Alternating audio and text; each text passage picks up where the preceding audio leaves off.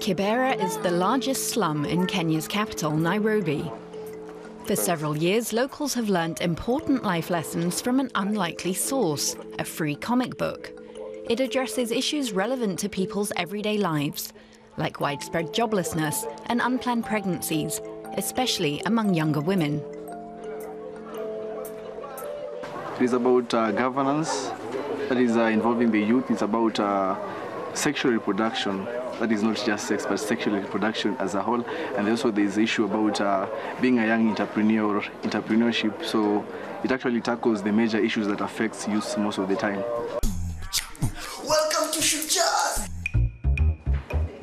Shujaaz means heroes in Sheng slang, a mixture of Swahili and English spoken by millions of young Kenyans. The creators say they want to entertain and inform. Their goal is to educate by providing tips and positive role models. I was just a careless person, a person who cared nothing about her life. When I went to do the magazine, I decided for a change because I got challenged. If other youths are doing it, why not me? Placing a big emphasis on community involvement, the Shujaaz team asks their readers to suggest topics for their stories.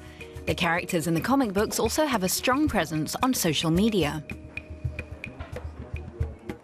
At this age, I'm thinking every young people in Kenya, it's quite essential for them to be on social media.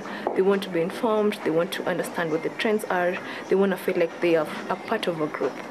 And that's where Shujaaz comes in, just to create that partnership with their fans and just make sure that whatever is happening from the offline media, at least it's the same thing that's happening on the online media. Readers can also contact the editorial team via text messages. This is an especially popular form of communication in Kenya. For those who don't have internet access, there's also the option of listening to a daily radio show that's broadcast over more than 20 stations. The man behind Shujaaz and the multimedia well-told story platform is Burnett, a Brit who's lived in Kenya for more than 20 years. The idea for the project came in response to the violence that erupted in 2007 following the country's contested presidential election. He saw a younger generation that felt manipulated by politicians and overlooked by the mainstream media. Burnett wanted to help young people improve their prospects. It was a very serious study on a big scale done by a leading academic institution in the US. It was a very robust study. And it said that young women aged 19 or less who follow Shujaaz are 3 times less likely to be married at the age of 19 than young women who do not follow Shujaaz.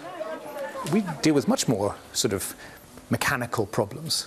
So the outcome of us dealing with mechanical problems, which in this case was how do you make some money, how do you make a plan for the future, how do you stay healthy, the result was young people, young women not getting married early. And it turns out that not being married at 19 probably means you're in school, or it means you've got a business, it means you're making money, it means your life is progressing, it means you don't have a child. There's a bunch of good things that come with not being married. They now reach well over 6 million people. This includes a growing audience in neighbouring Tanzania too. Their longer-term goal is to increase their online presence across the African continent.